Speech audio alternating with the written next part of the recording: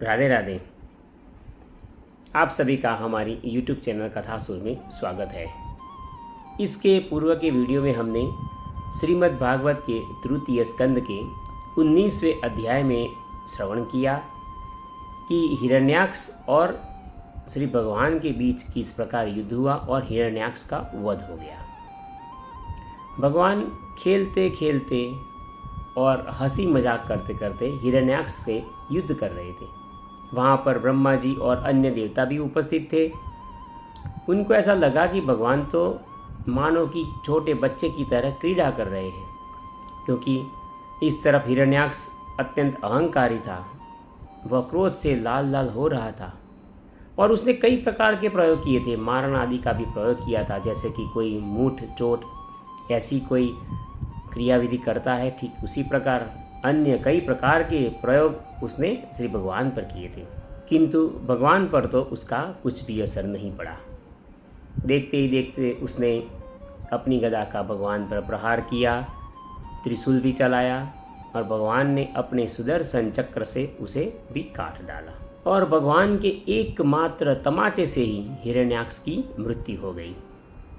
वहाँ पर उपस्थित ब्रह्मा जी आदि सभी देवताओं ने भगवान की लीला कथाओं और स्तुति करके वहाँ का वातावरण था उसे आनंदित बना दिया। आज हम श्रीमद् भागवत के तृतीय स्कंद के 20वें अध्याय के बारे में सुनेंगे, जो ब्रह्मा जी की रची हुई अनेक प्रकार की सृष्टि का वर्णन इस विषय में है। हमने इसके पूर्व के कई वीडियो में इस सृष्टि रचना का क्रम और ब्रह्मा जी की उत्पत्ति एवं ब्रह्मा जी के द्वारा इस सृष्टि की उत्पत्ति, इसके विषय में हमने बहुत कुछ सुन लिया था। क्योंकि भगवान हमें यही संदेश देना चाहते हैं कि हर एक मनुष्य के मन में, जब से हम इस पृथ्वी में आए हैं तब से लेकर आज तक, हर एक के मन में एक ही प्रश्न सविशेष उत्पन्न होता है कि इस जगत को किसने बनाया है, कैसे इसका संचालन होता है एवं कैसे इसका नियमन होता है। हमारे मन में कई प्रकार की दुविधाएं होती है। हमें इन प्रश्नों के किसी भी जगह किसी भी तरह से उसके उत्तर नहीं मिलते, क्योंकि जो दिखाई पड़ता है वो हम सच मान लेते हैं और जो अदृश्य है, जो केवल शक्तियाँ हैं, इसे हम नहीं देख पाते। क्योंकि इन सब के लिए हमारे ऋषि मुनि एवं हर एक सन्यासी लोग भी कहते हैं कि यह सब देखने के लिए तो हमारे पास दिव्य दृष्टि होनी चाहिए, और वह दिव्य दृष्टि केवल और केवल भगवान से जुड़ने के बाद ही हम सबको प्राप्त हो जाती है। इस विषय में शौनक जी आगे कहते हैं कि हे सुत जी, पृथ्वी रूप आधार पाकर स्वयंभू मनु ने आगे होने वाली संतति को उत्पन्न करने के लिए किन किन उपायों का अवलंबन किया। विदुर जी तो बहुत ही भगवत भक्त थे और भगवान श्री कृष्ण के अनन्य सुहृद थे, इसलिए उन्होंने अपने बड़े भाई धृतराष्ट्र को एवं दुर्योधन को एवं उनके परिवार को भगवान श्री कृष्ण का अनादर करने के कारण उन सबको अपराधी समझकर उनका त्याग कर दिया था। वे विदुर जी महर्षि द्वैपायन के पुत्र थे और महिमा में भी उनसे किसी भी प्रकार कम नहीं थे, तथा सब प्रकार भगवान श्री कृष्ण के आश्रित और कृष्ण भक्तों में अनुगामी थे। तीर्थ सेवन से उनका अंतःकरण तो और भी शुद्ध हो गया था। फिर भी ज्ञान प्राप्ति की इच्छा से तीर्थ सेवन के समय में कुशावर्त क्षेत्र यानी कि आज के हरिद्वार में बैठे हुए तत्वज्ञानियों में श्रेष्ठ मैत्रेय जी के पास जाकर उन्होंने और क्या क्या पूछा, वह आप हमें बताइए। सूत जी, उन दोनों में वार्तालाप होने पर श्री हरि के चरणों से संबंध रखने वाली बड़ी पवित्र कथाएं हुई होंगी, जो उन्हीं चरणों से निकले हुए गंगा जल के समान संपूर्ण पापों का नाश करने वाली होगी। वह कथाएं कितनी अमृतमय होगी, कृपया आप हमें भी इसका पान करवाएं। ऐसी उत्कंठावश वाणी से वे सब प्रश्न पूछते हैं।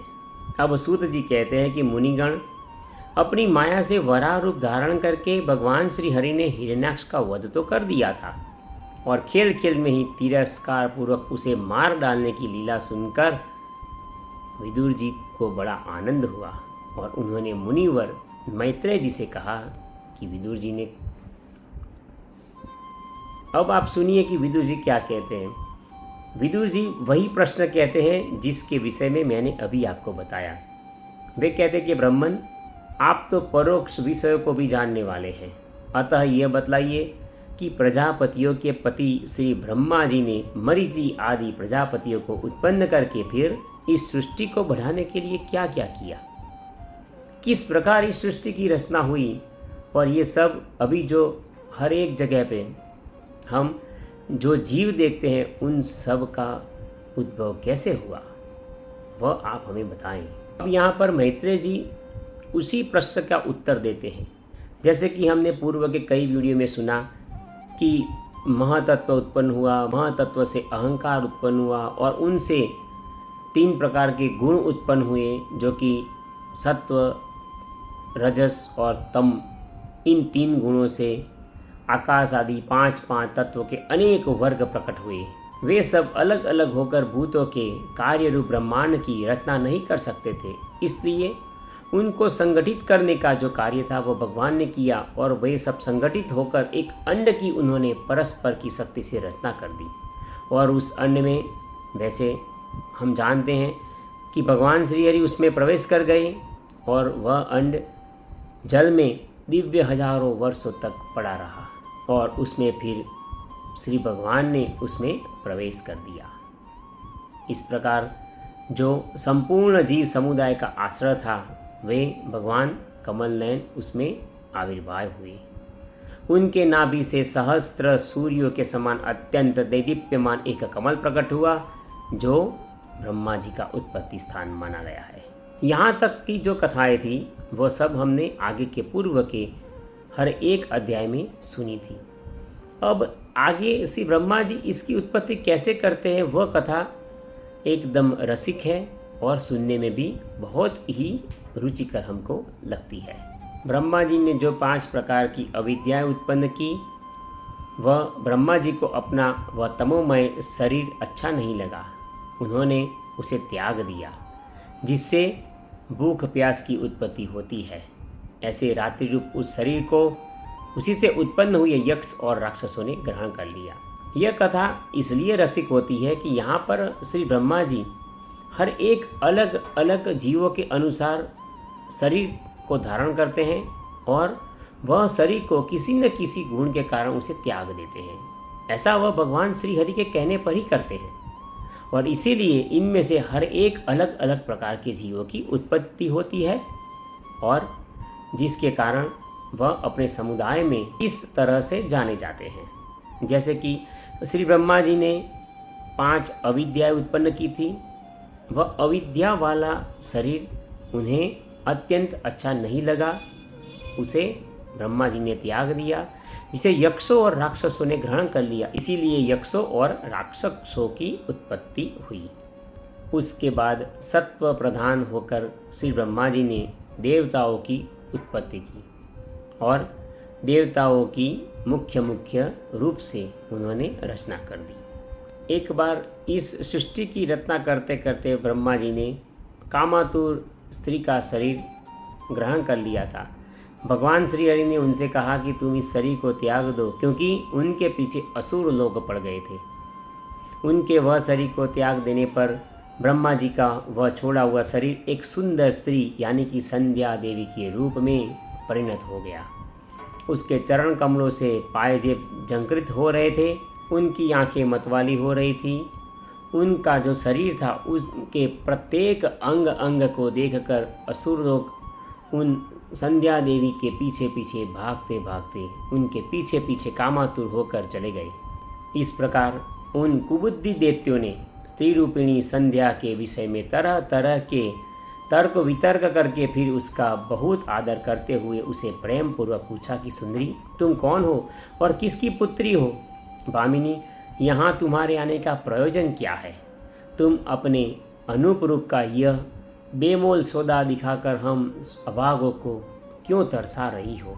अबले तुम कोई भी क्यों न हो, हमें तुम्हारा दर्शन हुआ, यह तो बड़े सौभाग्य की बात है। इस प्रकार स्त्री रूप में प्रकट हुई उस सायंकालीन संध्या ने उन्हें अत्यंत कामासक्त कर दिया और उन मूढ़ों ने उसे कोई रमणी रत्न समझकर ग्रहण कर लिया। तदंतर ब्रह्मा जी ने गंभीर भाव से हंसकर अपनी कांतिमयी मूर्ति से, जो अपने सौंदर्य का मानो आस्वादन करती थी, गंधर्व और अप्सराओं को उसमें से उत्पन्न किया। उन्होंने ज्योत्सना यानी कि चंद्रिका रूप अपने उस कांतिमय प्रिय शरीर को त्याग दिया। उसी को विश्वावसु आदि गंधर्वों ने प्रसन्नतापूर्वक ग्रहण कर लिया। तत्पश्चात श्री ब्रह्मा जी ने भूत पिशाच आदि को उत्पन्न किया। फिर भगवान ब्रह्मा ने भावना की कि मैं तेजोमय हूँ और अपने अदृश्य रूप से साध्यगण एवं पितृगण को उत्पन्न किया। पितरों ने अपनी उत्पत्ति के स्थान उस अदृश्य शरीर को ग्रहण कर लिया। इसी को लक्ष्य में रखकर पंडित जन श्राद्ध आदि के द्वारा पितर और साध्य गणों को क्रमशः कव्य यानी कि पिंड और हव्य अर्पण करते हैं। एक बार ब्रह्मा जी ने अपना प्रतिबिंब देख लिया, तब अपने को बहुत सुंदर मानकर उस प्रतिबिंब से किन्नर और किम पुरुष भी उत्पन्न कर दिए। उन्होंने ब्रह्मा जी के त्याग देने पर उनका प्रतिबिंबित शरीर ग्रहण कर लिया। इसीलिए ये सब उषः काल में अपनी पत्नियों के साथ मिलकर ब्रह्मा जी के गुण कर्मादि का गान किया करते हैं। एक बार ब्रह्मा जी इस सृष्टि की वृद्धि न होने के कारण बहुत ही चिंतित होकर हाथ पैर आदि अवयव को फैलाकर लेट गए थे और फिर क्रोधवश उस भोगमय शरीर को उन्होंने त्याग दिया। उससे जो बाल झड़कर गिरे वे अही हुए तथा उसके हाथ पैर सिकोड़ कर चलने से क्रूर स्वभाव वाले सर्प और नाग हो गए, जिनका शरीर फण रूप से कंधे के पास बहुत फैला होता है। एक बार ब्रह्मा जी ने अपने को कृत्य सा अनुभव कर दिया। उस समय अंत में उन्होंने अपने मनु से मनुओं की सृष्टि की। अंत में ये सब प्रजा की वृद्धि करने वाले हैं। मनस्वी ब्रह्मा जी ने उनके लिए अपना पुरुषाकार शरीर त्याग दिया। मनुओं को देखकर उनसे पहले उत्पन्न हुए देवता गंधर्व आदि ब्रह्मा जी की स्तुति करने लगे। वे बोले कि ब्रह्मा जी, आप तो विश्वकर्ता हैं। आपकी यह मनुओं की सृष्टि बड़ी ही सुंदर है। इसमें अग्निहोत्र आदि सभी कर्म प्रतिष्ठित हैं। इसकी सहायता से हम भी अपना अन्न यानी कि हविर्भाग ग्रहण कर सकेंगे। इसलिए हम जब यज्ञ करते हैं तो उसमें से देवताओं को और हर एक को यज्ञ का भाग हम देते हैं। अब अंत में श्री ब्रह्मा जी जिनकी उत्पत्ति करते हैं, वे आदि ऋषि ब्रह्मा जी ने इंद्रिय संयम पूर्वक तप, विद्या, योग और समाधि से संपन्न हो अपनी प्रिय संतान ऋषिगण की रचना की और उनमें से प्रत्येक को अपने समाधि, योग, ऐश्वर्य, तप, विद्या और वैराग्यमय शरीर का अंश दे दिया। हम ऐसे ऋषिगण को नमस्कार करते हैं। इस प्रकार ब्रह्मा जी ने अलग अलग तरीके से हर एक जीव की उत्पत्ति की है। हमने हर एक अध्याय में सुना कि हर एक जीव की उत्पत्ति के लिए ब्रह्मा जी ने कितना परिश्रम किया है। आज के इस अध्याय में हमने सुना कि किस प्रकार अलग अलग शरीर रचना को धारण करते हुए, उनको ग्रहण करते हुए और फिर उनका त्याग करके ब्रह्मा जी हर एक जीव की अलग अलग प्रकार से उत्पत्ति करते हैं। यहाँ पर श्रीमद् भागवत के तृतीय स्कंद का 20वां अध्याय विराम लेता है। इसके अगले के वीडियो में हम सुनेंगे कि किस प्रकार कर्दम जी तपस्या करते हैं और श्री भगवान उन्हें वरदान देते हैं। बड़ी ही रोचक कथा है कि कर्दम जी को यह आज्ञा दी कि तुम पुत्रों की उत्पत्ति करो एवं प्रजा की वृद्धि करो। तब श्री कर्दम जी सरस्वती नदी के तट पर 10,000 वर्षों तक उग्र तपश्चर्या करते हैं और भगवान के कहने पर प्रजा की उत्पत्ति के लिए भगवान उनसे मिलते हैं और उन्हें वरदान देते हैं। आप सभी से नम्र निवेदन है कि कृपया आप हमारे वीडियो को लाइक कीजिए और हमारे YouTube चैनल कथासुर को सब्सक्राइब कर दीजिए। राधे राधे।